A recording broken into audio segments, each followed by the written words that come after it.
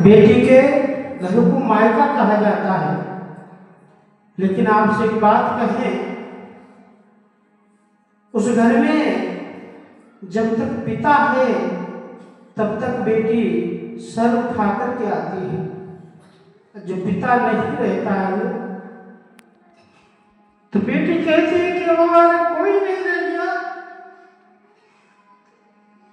इतनी जोर जोर से बेटी रोती है कि हे पिता, अब हमारा इस दुनिया में कोई नहीं रहा।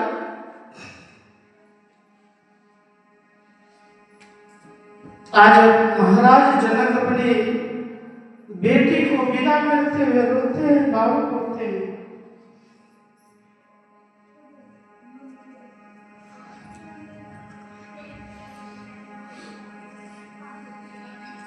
पिता बड़े ही बेटी को विदा करता है और कहता है, बस इतना ही संग था हमारा तुम्हारा, हमारा तुम्हारा, बस इतना ही संग था हमारा तुम्हारा, हमारा तुम्हारा। जाओ बेटी खुश रहना, ले लो आशीष हमारा। जाओ बेटी खुश रहना, ले लो आशीष हमारा, बस इतना ही संग था हमारा तुम्हारा, हमारा तुम्हारा, बस इतना ही संग था हमारा तुम्हारा, हमारा तुम्हारा।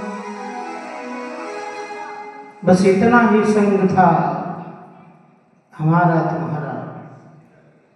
जब बेटी छोटी होती ना, छोटी है, जब बेटी जन्म लेती है तो पिता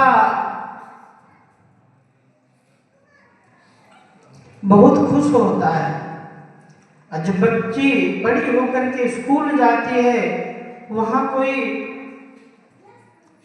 कार्यक्रम में वो ट्रॉफी जीत करके लाती है तो पिता इतना खुश होता है, इतना खुश होता है कि हे बेटी, तुमने हमारे लिए, हमारे जीवन में जैसे कोई तूफानों को मोड़ दिया है, ऐसे आज तुमने हमारे जीवन में आकर के हमारे परिवार में खुशहाली लाई है।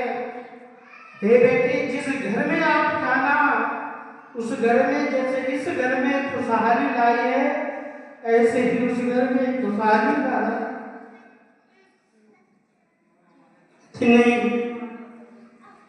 महाराज जनक जी रोते जा रहे हैं और विदाई करते जा रहे हैं। बोले श्री रामचंद्र भगवान की जय हो। तो इसलिए कहते हैं कि माता पिता का दर्जा भगवान का दिया गया है। यदि हमारे माता पिता जिंदा हैं तो उनकी सेवा कर लीजिए, नहीं तो माता पिता जब नहीं रहते हैं ना जीवन में, तब उनका मोल पता चलता है कि हमारे सर से माता पिता का हाथ हट गया।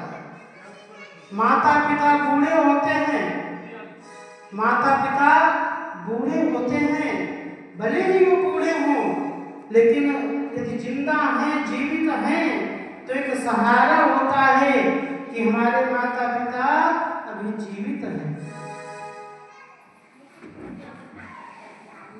इसीलिए कहा जाता है कि हमारे जीवन में माता पिता का बड़ा ही महत्व होता है।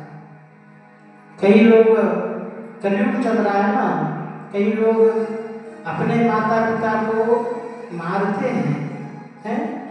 कहा जाता है कि मानई मात पिता नहीं देवा और साधु संग करवावई सेवा, जिनके यही आचरण भगवानी ते जानक निश्चर सब प्राणी, वही निशाचर कहे जाते हैं। ऐसे ही निशाचर हुआ करते हैं।